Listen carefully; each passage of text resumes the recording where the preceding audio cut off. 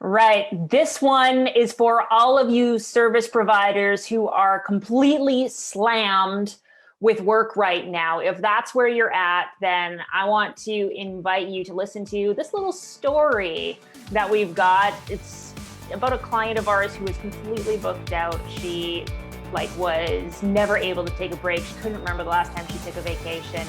And I want to tell you this story so that you can see exactly how she was able to get out of her overwhelm in the hope that it'll help you as well.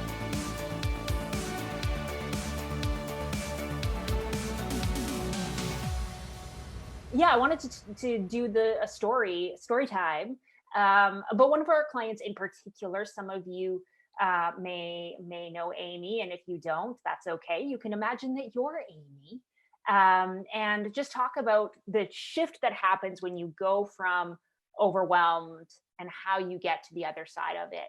So, Jill, I've been talking a lot. Why don't I let you just talk a little bit about the specifics of what overwhelm looked like for Amy, who really was this quintessential overbooked, booked out service provider? Yeah, it was interesting with Amy because it's exactly right. Like she had a really successful business and she was doing Facebook ads and Like, Facebook ad let's management. like we're talking really successful as relative, right? So, 25, $30,000 a month, right? From Yes. client work, one-on-one, Yeah. sometimes lower, sometimes higher, but you had to hit the multi six figure mark, the point at which so many service providers get to the point where they're like, I'm capped, I'm booked. And that was exactly it, right? She was capped. She couldn't see a way to grow. She wanted to keep growing because she felt like there was more to it, but she didn't have the space to do so. And she felt like every time, and this is where a lot of the overwhelm was coming in for her, was that every time she would try and do something, she didn't have the time to go and get more clients. And that because she was already at capacity, she didn't have the time to actually produce anything for these new clients Yeah. because she was still working with her existing clients. And it was like this never ending cycle of chicken and the egg, Yeah. And except I neither of them remember ended up coming first. I remember her saying at one point that it was like a gut punch every time she'd get a referral because she was getting great results for her clients. And I think that was another thing, right? Referral based business. She was a marketing expert and she knew that if she could turn on her marketing, she could grow, but she wouldn't turn on her marketing because every time she'd get a new client or a referral or someone that was interested, it was like this gut punch of like, oh God, here we go again. And that's not a good sign, right? Like when making money makes you feel like you've been punched in the gut, that's not what we want. So now, I mean, you fast forward, and I love looking at Amy's posts on Facebook because she's got her programs that she wasn't able to have time. She was so stuck doing the one-on-one stuff. She had these dreams of running programs and having membership communities and that kind of stuff, and she just didn't have the time to do it. Now she's running these things, and her husband is working in the business. And what's cool is that her husband is actually kind of running the done with you side of the business so Mm-hmm. that she can focus on the stuff she really wants to be doing. So, now she's running her own ads and she's doing her own marketing and she's got this incredible growth potential. And it's such an interesting transition that really it's like night and day. I think we joked that the hardest part was about 4 to 6 weeks after we had started or after she enrolled with us. We could no longer get in touch with her because she was working so little. Maybe that's a bit of an extreme, but like she went from working all the time to really just being so much more free to do what she Yeah, wanted. having the space to take that step back. She actually spent a lot of time actually going on vacation because it was like the first time in ages that she had had time to spend on vacation and taking that breath, and then to come back afterwards refreshed and able to take on more of those clients that had been coming in Yeah. from the referrals. And it was like, that was, you mentioned, her husband now working in the business. That was also one of her dreams at the time, was to retire, not retire her husband, but basically to have him come in and work in the business. Yeah. And that was something that she couldn't see either. It's like, how do I get this to happen? Yeah.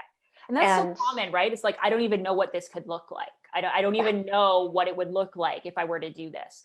And so what I want to share is the framework that Amy went through, that all of our clients go through, and the kind of 4 steps that we take them through, so that if you're watching this, like we said, if this resonates with you, you can take these steps yourself and beat back this overwhelm and come out to the other side. So the very first step that we have to take with all of our clients is we have to plug profit leaks. And this one was a really big one for Amy, because we went in and looked at her business and realized that she was over delivering so much. She cared so much about her clients that she was giving them all kinds of time and energy. And at the same time, all of that time and energy she was giving definitely wasn't profitable to the business, but it also wasn't really serving her clients very well. So talk a little bit about how that shifted. Yeah, so and that's the thing, like just I was just about to say it and then you brought it up, is that, all that extra time, it was being done on things that she thought was bringing so much to the clients from a value perspective, from a service perspective. And, after we did the investigation with her and we worked she talked to some of the clients and she actually looked at what was the value that was being provided, and noticing that so many of these things that actually were taking the lion's share of the time were some of the things that were the least valuable in Yeah. the entire offer. Yeah. And so shifting that focus all of a sudden meant that, number one, she wasn't just working less, but she was delivering more, better. Yeah, absolutely. So that's the first thing you have to go through, right? Find your profit leaks and plug them so that you're providing maximum value to your clients and to your business. You need to be getting profit out of this as well. And so that was the first thing that she did. The second thing then that we did was we figured out, how do we actually take this thing, which now isn't leaking profit, and how can we multiply it and make it infinitely scalable? So here we're talking about ways that we can bring in other team members or deliver things differently, all of these different ways. And for Amy, because she was in an agency model, this was really important, because she knew that if she tried to keep hiring people and just grow an ever bigger team, it wasn't going to work, because she would have such a big team and she didn't want to manage them. So talk a little bit about how she was able to shift her delivery so that it could create this infinite scalability. Yeah. And so here's the nice thing about doing this in the order that we do it, is that a lot of the investigation that we did up front for the profit plugs was actually stuff that we could use in the second step of looking at, okay, so now we have what's extremely valuable to the client. How can we better, I like the word leverage. I know it's not your favorite word, but how can we I don't better mind leverage. utilize? It's delegate that I hate. Leverage I'm okay with. There's times, but yes, yeah. We'll delegate, we'll talk about next.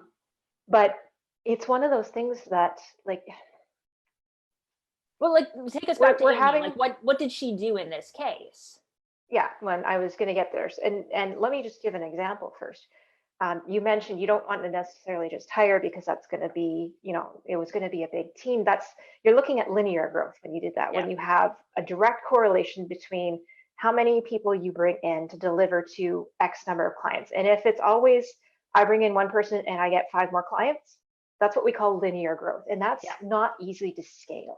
No, because it's very limited. And so you have to do is you have to look for those areas which provide you with exponential growth, where basically the value is multiplicative, and allows for it to stack on top of each other. So for example, with Amy, not only was it how can she plug those profit leaks, but she started to look at where actually would be good things. This was specific for Amy, would be a good thing for her to maybe do things together with other clients and have it not just as a group setup, but actually almost partnershiped.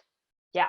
Yeah. How can we support people better by leveraging the strengths of each of our clients? And I love what you said there, which is that this was specific to her business, right? So the solutions that you might come up with for your business won't be the same as what it was for Amy's business, but the principle is the same, which is that we need to get inside of what you're delivering and break that linear scaling. We need to make it so that you don't need to just keep hiring in order to scale people, because as service providers know, you didn't get into your business to be a manager. You didn't get in your business to be chasing people around all the time. You need to create a situation where building your business doesn't require you to be hiring more people all the time. So that was the second thing that Amy did. The first thing was to plug the profit leaks. The second thing was to create this infinitely scalable delivery. And then the third thing was, to build off of what we just talked about, stop having to manage everything. And Amy was a fascinating case because she had actually tried hiring and then ended up letting her team go because Entirely. right? Because she was like, I hate this. I hate having to chase people around. I hate having to manage them. And so what we invited her to do and what she ended up doing was what we call moving up the visionary pyramid, which is starting to bring people in to do the right kinds of jobs that actually make the business scalable. So tell us a little bit about what that looked like for Amy. Yeah, and so again, here's where we kind of harken back to the previous conversation where I was talking about that linear growth aspect. So many people think that if they hire on another clone of themselves, someone that can do all the same things that they're doing and basically just replicate themselves in the business, that that's going to be the best way to do this. And again, that leads to that linear growth. Where instead is if you start to look at what aspects am I, this is where we start to get into zones of genius and that kind of thing. What aspects am I not great at? But you can be competent at, you can be excellent at, but you're going to have a specific zone of genius, and that's your best thing that you do. Yeah. So if you can spend more time doing the best thing that you can do, because you're going to be doing awesome at it, and you're going to be able to do way more of it than anyone else who has that as their zone of genius or zone of excellence. So in Amy's case, marketing and sales, right? Then that opens up for so much more. So another example of that is in Amy's case, she actually went and looked for someone that was going to deal with a bunch of the reporting aspects and SEO, right? So that she didn't have to be hands-on that all the time with every single client. She passed that off. Yeah. And with that communication, there's a whole communication rhythm that has to happen to make that work. And with that communication rhythm, the SEO person could do their job, pass it back to Amy. Amy could do her job. Yeah. And because they were both excellent at each other, it was just exponential in how they could impact each other.